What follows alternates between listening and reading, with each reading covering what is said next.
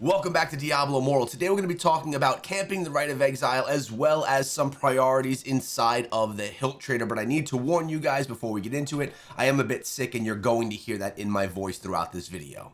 Diving right into the first discussion point that I want to actually add my context to. This one's from Crazy One over here in the forums. He says, there needs to be something done about the Rite of Exile. I don't know about other servers, but on the server that I'm on, it's become really tiresome with the same three clans being immortal for starters. Next, the fact that they are without a doubt all pay to play and have all around better everything. All right, so this first of all, the initial part of the discussion is basically talking about free to play or low spenders versus whales. We already know that the whales are going to dominate because they are the stronger ones inside of the game. It's essentially how Diablo Immortal works, and as far as that goes, there's no changing that. If you're trying to compete with those players in a Rite of Exile, it's going to be very difficult and maybe even frustrating for you. That's why there are tons of other things to do inside of the game where you don't have to have those unfavorable matchups for you.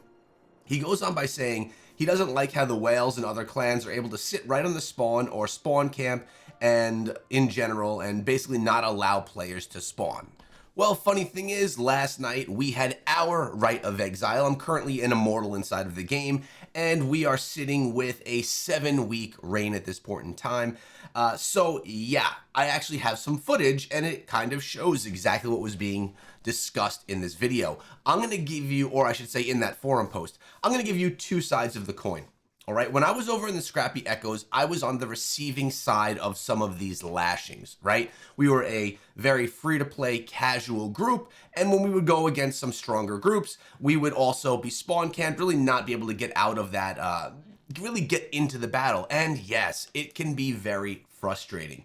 But something that we need to realize, and something that I've kind of learned as we've come over here, and now on the Treasure Goblin server in the Ariat Summit, I am playing with a lot of big spenders. I'm playing with a lot of really strong accounts, and I am a very weak account compared to everything that, or all of my teammates in these events. I actually was not even participating in this Rite of Exile right here. I was spectating, which was actually worked out great because I have the footage for this. Either way, the other way to think of it is when you're fighting for the Rite of Exile, for the toppest of tier inside of a game, you want to do everything that you can to ensure a victory. If that means that you're not going to let your opponent get out of their spawn, that's part of a way to ensure that victory.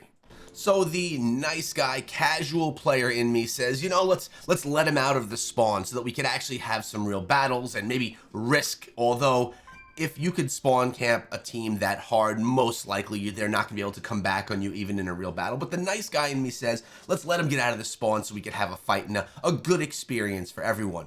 And then the competitor in me says, I'll do anything that I can to be victorious and to pull in another week of reign. And if that means I have to spawn camp people, I'm going to spawn camp people because I want to be victorious. It really has to do with, one, how seriously players take the game, and two, how strong accounts are that are facing up against one another. And again, this is nothing new. This has been a problem that's been happening forever inside of the game, and honestly is a problem with all pay-to-win games. If you can't pay to make yourself one of those stronger accounts, you're going to struggle. Now, I'm not saying that lower tier, lower spending accounts can't be competitive in different PvP scenarios, because that is not true. But in something like the Rite of Exile, when you have a completely immortal clan that is really, really strong, it's going to be very difficult for you, and it can be an experience that is one that you don't enjoy. Something that we used to do over in the Iceburn tier server in the Scrappy Echoes is Red October. We would know some of the matchups that we were getting into, Red October being my leader. Red would say, let's come on in, let's do this as a community, we're going to do this for fun, we're going to do this for rewards. Even though we kind of knew that we were going to get our butts kicked, we still tried to make it into a positive experience and a community building experience. Now, for the people that are trying to be the big winners and that really are competitive and want to bring in those victories, that's not going to fly. But for the casual players that maybe want a couple of extra rewards and to hang out with friends, it kind of works for them. So by the way, if you are someone that's a casual player and wants to play with some great people, the Iceburn tier server, Scrappy Echoes, a great clan family to be a part of. It's where I spent my first 3 years inside of the game. And if you want to be on the highest of competitive level, I'm on the Treasure Goblin server in the Ariat Summit. Now, the next question that I pulled from the forum was regarding the Hilts Trader, and this is a free-to-play new player saying, what should I buy at the Hilts Trader? I know legendary crests, but what more? Let's actually take a look. Being that it's Monday right now, it's a perfect time to dive in. You could see what I purchased as it is Monday, and because the Hilts Trader refreshes every Monday, that's what I'm talking about, and I can give this guy a little bit of guidance. Okay, so here we are over in the Hilts Trader. You have the General, you have the Immortals tab that you only have unlocked if you are an Immortal, which I am right now inside of the game, so I'll actually go over that as well, and then the limited time. Let's go over the General one first. Of course, we all know Legendary Crest, you want to get that. It's probably the number 1 or number 2 priority out of the Hilts Trader. I like to get this because it's a chance for you to get yourself a 5 out of 5 star legendary gem. Something I have never done in the game. I have never actually pulled a 5 out of 5 star gem, and I've been playing since day 1. Isn't that interesting? All right, mystery legendary items, I typically pass on. I can go farm these very easily. I don't need to go spend my hilts on these, especially if you're someone that doesn't have a ton of hilts. I have a lot of hilts being an Immortal and in a very active clan, but many people struggle with hilts. And if that's the case, I would skip on the mystery legendary item, and I would also skip on Carson's Invigoration on this 1-star gem, unless if for some reason it's a gem you're using in your build. Now guys, keep in mind, this is my personal choices on what I pick up from the Hilts Trader. You guys may differ, and if you do, you could let everyone know. You could let everyone know in the comments below. All right, I typically, I always buy the Telluric Pearl. The Telluric Pearl is probably my favorite item here at the Hilts Trader, only because it allows me to craft a 5 out of 5 star gem, and it could be the gem of my choice. Takes all the gamble out of it. Now, rare crests I like as well. If I have a ton of hilts, I will buy all of the rare crests. That's not a bad one, but not a priority. Something that is a priority that I used to not purchase, that I do now, are the normal gems. Now you may be wondering, Echo, why'd you only buy 2 out of the 10 normal gems? It's because I'm currently an Immortal, and some of the tasks that I have for being an Immortal are to get myself gems. It's part of my weekly goals. Pick up 2 normal gems. It's actually not something right here now, but it's very easy for me to go to the Hilts Trader, pick up 2 of them. That's just a little Immortal talk right there. But you should be buying the normal gems every single time you see them in here. Unless if you're a Crusader, you should be going for something blue. And if you're a Crusader, you should be going for something yellow. But yeah, man, normal gems are a must pick up. They are so strong inside of the game. Reforged stones, no. Aspirant keys, you could. I typically don't. Charms, no. Scrap, no. Dust, no. Again, if you have unlimited resources, unlimited hilts, buy everything. But I'm telling you the ones that I pick up, being someone that's a bit stingy and likes to hoard stuff. Let's go over to the limited time. Because remember, this refreshes every day.